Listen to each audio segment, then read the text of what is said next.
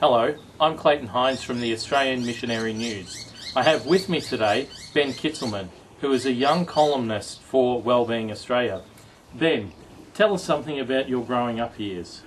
I was born in Ipswich to my parents, Sue and Kerry, and I moved to the Gold Coast, I guess, when I was about 11 years old in 1988, and spent most of my years here on the sunny Gold Coast.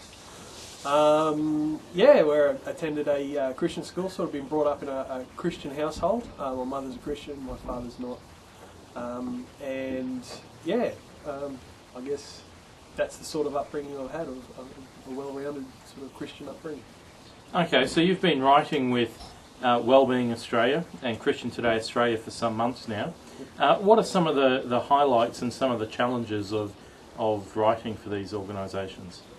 I think highlights definitely is to get some of the comments back from the articles that I've written, to see what sort of an impact they've had. I've enjoyed that and that feedback, and being able to have a bit of a voice to share with what God's been doing in my life, as well as in the world at large. It's been great to get some of that feedback. And what was the second part of the question? So? Challenges. Challenges. I guess to come up with topics that are relevant to an audience, that are encouraging to an audience, and also give voice to God's work.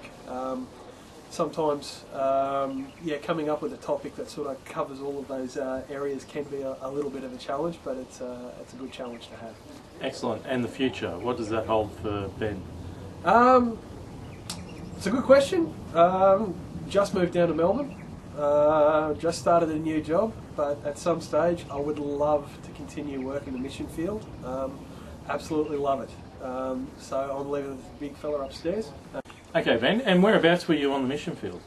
I was posted out to Zambia. I was there mainly because my sister and brother-in-law, yourself, was also out in Zambia, where I made contact with a number of different organisations out there. So I was out there for about a year and travelling backwards and forwards for about 4 years there.